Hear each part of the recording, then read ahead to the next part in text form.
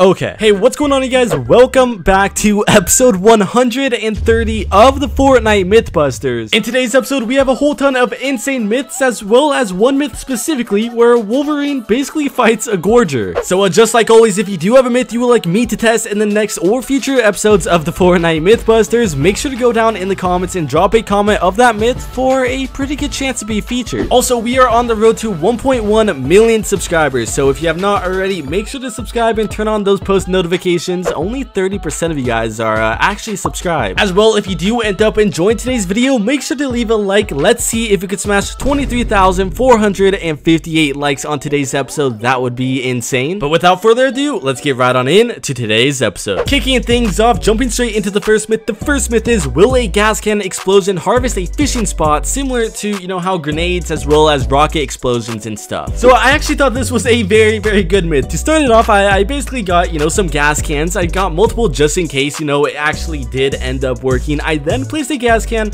you know, in the fishing spot. This time it was kind of on the edge where I then shot it, and you know, it didn't harvest it one bit. I thought, okay, maybe the gas can was a little bit too far on the edge, so I placed another gas can down in the water where I then shot it one more time. You know, it was in the direct center of the fishing spot, and it didn't even explode. I threw the third one, you know, maybe third time's the charm, but this one, it was in the direct center as well, and it never harvested the fishing spot, which I thought was kind of weird. You know, it would be really cool and it would make sense. Going into the next myth is, if you eat a hot chili pepper then equip Wolverine's claws, will you run any faster than, you know, the standard claw speed boost that you usually get when you equip them? So basically, when I did this myth, I timed myself all three ways. I timed myself, you know, only using Wolverine's claws, where it ended up being about 7.9 seconds to run across this little platform that I created. I then ate a hot chili pepper, you know, equipped the claws and ran across the platform, where it ended up being about 6.2 seconds, which is you know, way quicker than the 7.9, which makes sense. Lastly, I only ate a hot chili pepper and then ran across the platform, where it was still faster than, you know, just the claws, but not as fast as, you know, the claw and the pepper combo. Going into the next myth is, what happens when the Stark robot meets the final two henchmen? So around the map, there's actually two henchmen. There's a shadow as well as a ghost henchman, and they've been kind of tagging along together and you know, slowly moving around the map. I basically knocked a few of these Stark robots. I then hacked them, so you know, they would kind of follow me, and I made my way over to Lazy Link, where I didn't even know where these henchmen were. I just knew they were in Lazy Link, but the Stark robot ended up finding both the ghost and the shadow henchman, where they all began to fight. At first, the ghost and shadow henchman were teaming up on the Stark robot till the ghost henchman shot the shadow henchman in the back of the head, where you know, it then became like a 3v1, and then you know, as soon as the ghost henchman died, the shadow henchman turned around, started 1v2ing him, and he actually almost clutched up. He killed one of the Stark robots, but my other Stark robot, he took him out. I mean, it all basically comes down to luck, because their aim is absolute trash when they're fighting each other. Going into the next myth is, how far does Iron Man's Unibeam travel? So this is actually a very good myth, with how popular the Unibeam has become as a, you know, a mythic weapon. So first trying this out, I basically made a massive, super long platform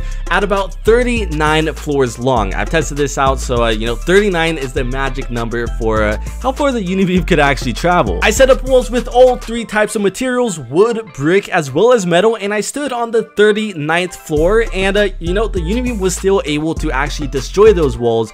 But as soon as I built one floor out, and then you know, I turned around to shoot the wall, the Unibeam would not actually reach that distance. Anything within the 39th floor radius, the Unibeam will actually destroy, and we know that it goes through a few walls. 39 to 40 floors is just about 200 meters, so that's just about how far the Unibeam could travel, which is good to know. Going into the next myth, and actually a myth I've tested out before. This myth is, will a hop flopper make Silvers Surfboard launch any higher than normal? So about a month ago, I actually tested this myth out, but in a recent video, a comment actually got a whole ton of likes and a whole ton of support for me to actually retry this myth, or at least show it again. A hop flopper is actually a fish that you could fish, you know, obviously, and when you eat it, it gives you an anti-gravity effect.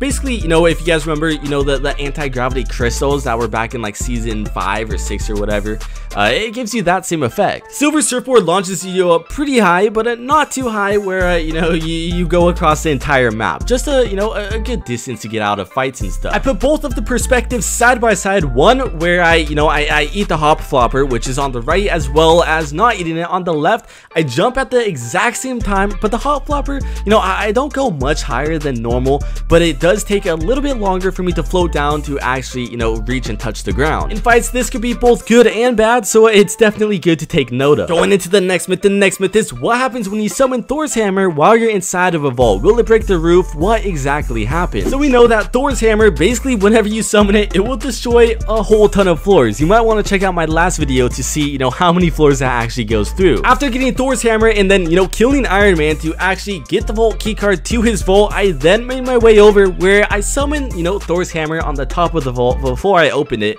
and it actually, you know, it doesn't break the floor. The interesting thing is, which you'll see in just a second, is that it would break literally everything inside of the vault, you know, even all of the chests, everything that's in it. If you don't know already, this vault is usually packed, but it won't go through the wall. When I summon Thor's hammer while inside of the vault, the hammer will go through the wall, but no damage will be done to any of the walls or anything. The walls are basically indestructible. This is also the exact same case in the Authority vault, and I assume any other vault around the map, because all of them are basically the same. Going into the next myth is, can you fill up a gas can with another gas can? So if you don't know already, if you empty out an entire gas can, you know, just by spilling it on the floor, you could actually refill it at the gas pumps. If the gas can's on the ground, you just grab a pump and you know, you start spilling gas into it. It will actually fill up the gas can. You could also go up to the pump directly and, you know, refill the gas can as well, which is a little bit faster, but not much. But we basically wanted to know if you could refill a gas can with another gas can. So in this case, I emptied an entire gas can. I then grabbed a full one and you know, started spilling gas into it, just like, you know, how the gas pump does. I picked it up and surprisingly there was gas. In this case, there was a little bit more gas than normal, because when this one got fully refilled to 100, I had 14 gas left over, and that doesn't add up. Going into the next myth, and a surprisingly highly requested myth, this myth is, since you can't say your own custom wrap to the Stark Industries rifle, will Midas's Golden Touch affect the rifle's wrap? So we've tried to see if Midas's Golden Touch will actually affect, you know, a lot of the mythical weapons that, you know, you get from these bosses. Like in this clip, I have, you know, a black and white wrap selected for my regular AR, which is basically what a Stark Industries rifle is. I then pick up the Stark Industries rifle, and you know, it's this standard red one. I don't know, there's no way it was changing, you know, I couldn't change it no matter what. On the other hand though, whenever I equipped Midas had, you know, his solid gold wrap on anything that he picks up, obviously, and as soon as I pick up, you know, the Stark Industries rifle, it also does have this solid gold wrap, which looks super clean on this weapon. I mean, when this weapon's sitting on the floor, it doesn't even look like a Stark Industries rifle. It looks like something new to the game. It's cool that Midas's Golden Touch at least affects one of the weapons, because I was pretty bummed how it doesn't affect, you know, any of Iron Man's weapons or any of that good stuff. Going into another myth, this myth is, will a Storm Scout sniper rifle show the chapter 1 map, or will it show the chapter 2 map? So obviously the Storm Scout sniper rifle is not in the regular game of Fortnite, so I tried this out in creative, where whenever I zoomed in, I looked at the minimap and there was literally nothing there. Luckily though, back in February of 2020, I tried the same exact myth out. I believe this was chapter 2 season 2, maybe season 1, where the Storm Scout sniper rifle was in the game. I then zoomed in where it showed, you know, the very OG chapter 1 map, you know, the one that actually had the ice around it. I believe that was like season 5 and up, or maybe season 4 and up. You could also notice how the dot of my player is in the bottom left corner, basically where Weeping Woods was, which is where I'm at in this clip. I then made my way all the way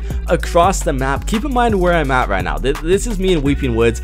I then went all the way up to the top right corner of the map, where I then got out of my boat. I then scoped in once again, and it basically did track my player. I was on the far top right of the map, so that's cool to know, but you know, the actual map itself doesn't match up to the one that we are currently on. Going into the last and final myth, this myth is, what happens when Wolverine fights a Gorger? So this was my first time actually encountering Wolverine, and he's pretty scary when he's chasing you. He's super fast, but anyways, I led him all the way over to Slurpy Swamps, where there was actually a Gorger just kind of chilling in Battle Labs.